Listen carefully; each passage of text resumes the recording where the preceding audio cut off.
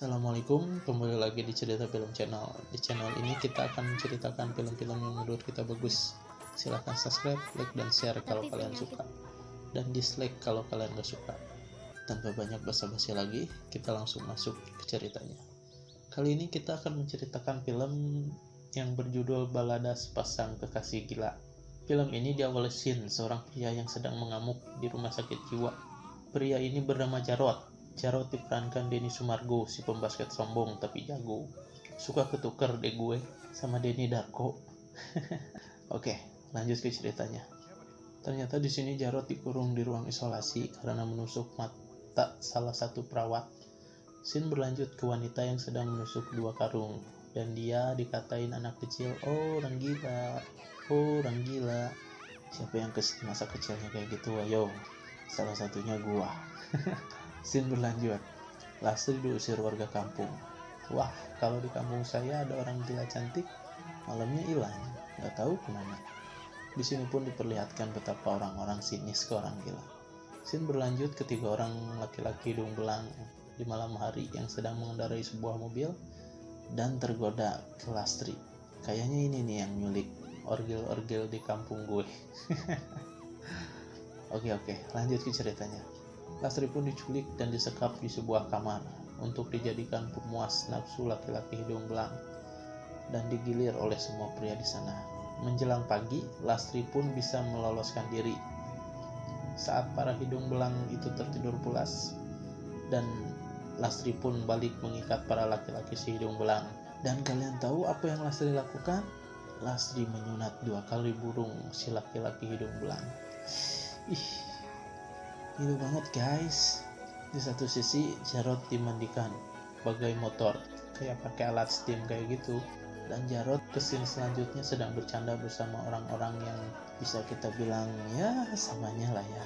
Scene berlanjut saat Lastri dijenguk oleh ibu-ibu yang temen ibu dari Lastri mengakunya, tapi kita nggak tahu, dan mengeluarkan Lastri dari penjara.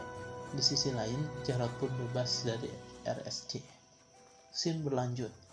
Jarot pun merambah pekerjaan barunya menjadi pemulung. Menjelang malam, Jarot pun di pinggir jalan di depan sebuah toko. Mungkin lelah dan gundah dan gelisah saat lelap tertidur, ada orang yang mengambil karung hasil memulung Jarot. Nasib Jarot. Subuh pun datang dan Jarot pun terbangun. Menyadari karungnya sudah hilang, Jarot pun menangis.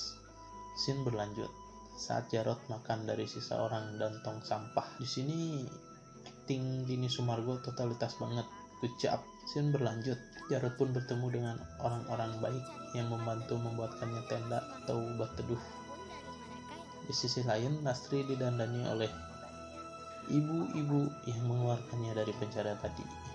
Kayaknya sih ini germo guys. Kayaknya Lastri dijebak lagi deh. Kita pun di flashback di mana Jarot diikuti oleh anak-anak kecil dan di kampung tempat Lastri yang tadi diusir. Bedanya di sini Jarot bernyanyi dan menari sambil hujan-hujanan kayak film India. Salah, nggak hujan. Setelah pulang, Jarot pun kena razziaan Pol PP dan Jarot kembali diusir dari tendanya. Nasib.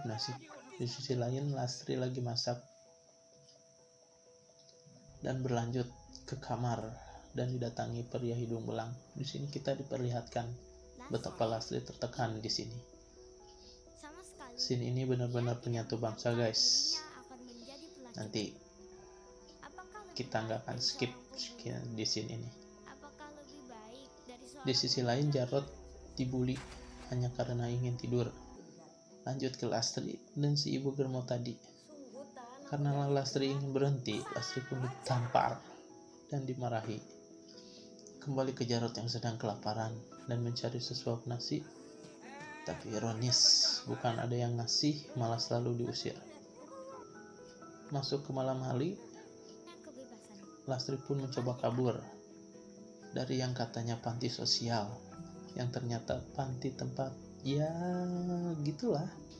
Nggak lama baru juga nyampe jalan, sialnya Lastri ketemu ibu germo dan ditarik dan dipaksa masuk mobil. Kebenaran Jarot di situ yang langsung mencoba membantu, tapi tentu saja lah gagal.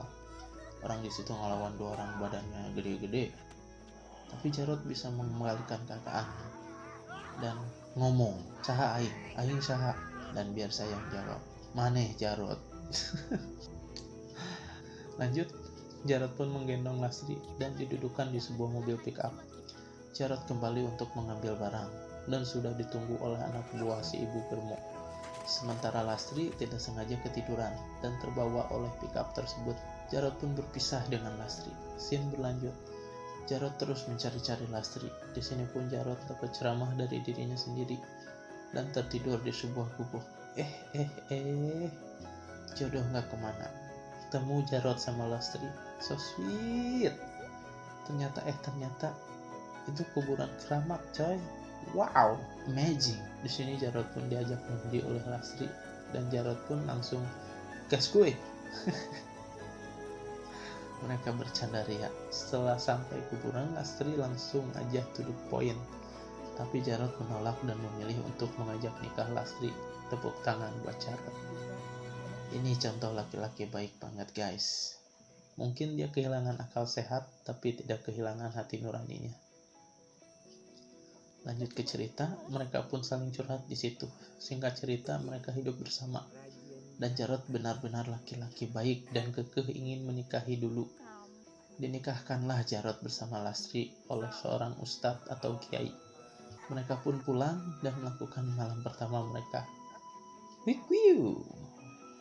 Masuk ke pagi hari, ada rombongan proyek yang mengukur tanah.